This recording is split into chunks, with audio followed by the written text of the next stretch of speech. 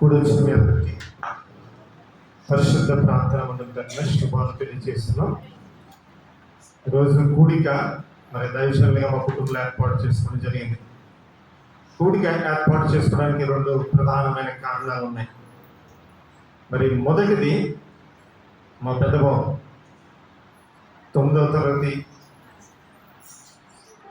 Complete చేసి 70% score వచ్చింది. 10వ తరగతిలోకి వచ్చాడు. 10th క్లాస్ జరుగుతుంది. దేవుడు 10th క్లాస్లో మరి స్కూల్ టాపర్గా ఉండాలని ఈ యొక్క కృతజ్ఞత కూడిక ఏర్పాటు చేసుకోవడం జరిగింది. రెండవదిగా నూతన సంవత్సరాన్ని నాకు దేవుడు దయాకిని ఇచ్చాడు. ఈ రెండు సందర్భాలను బట్టి ఈ కూడిక ఏర్పాటు చేసుకోవడం జరిగింది.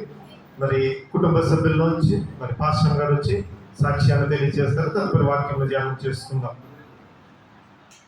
ఇది ఆఫ్ చేశాను.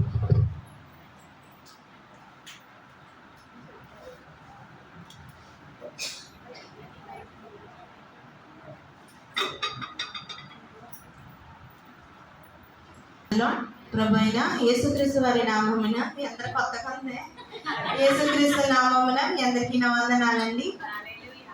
మరి ప్రభు నిజమే మరి ఇషాన్ 10th వచ్చాడు. ఈ సంవత్సరం అంతా బాగా చదవాలని ముందుగానే కోట పెట్టేసాం. హల్లెలూయా.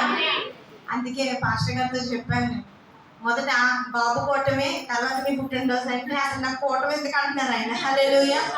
ఏదైనా నూతన సంవత్సరం దయాకిరీటంగా ధరింపజేసి ఉన్నాడని కోటాలు పెట్టడం అన్నది పాస్టర్ గారు వాళ్ళ తల్లి గారు తండ్రి గారు మరి పాస్టర్ గారి విషయంలో మా తల్లి గారు తండ్రి గారు మా విషయంలో మాకు నేర్పింది.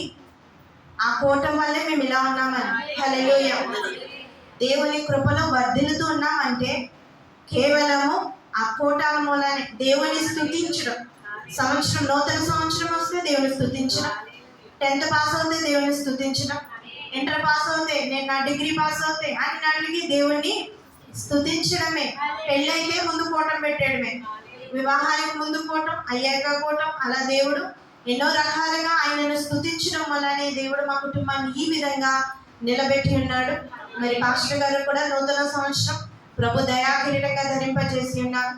మరి ఈ సంవత్సరంలో అంతర్జాతీయంగా మరి దైవజనులు వాడబడాలని, దేవుని కృప ఇప్పుడు తోడుగా ఉండాలని, వర్ధిల్లే భాగ్యము దేవుడు మరి దైవజనులకు ఇవ్వాలని, అలాగే పాస్టర్ గారి కోసం మరి శాన్ సాత్విక్, రోనిత్ సాత్విక్ కోసం మరి నా గురించి కూడా మీ అనుదిన ప్రార్థనలు జ్ఞాపకం చేసుకోండి.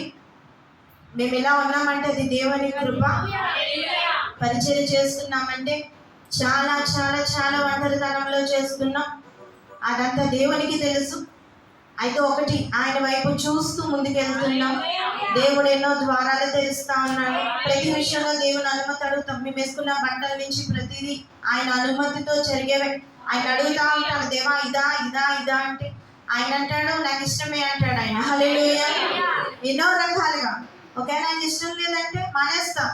దేవుని చిత్తం లేకపోతే ఏ పనికి కూడా ముందుకి వెళ్ళే పరిస్థితి లేదు. ప్రభువే ఈ విధంగా నడిపిస్తా ఉన్నాడు.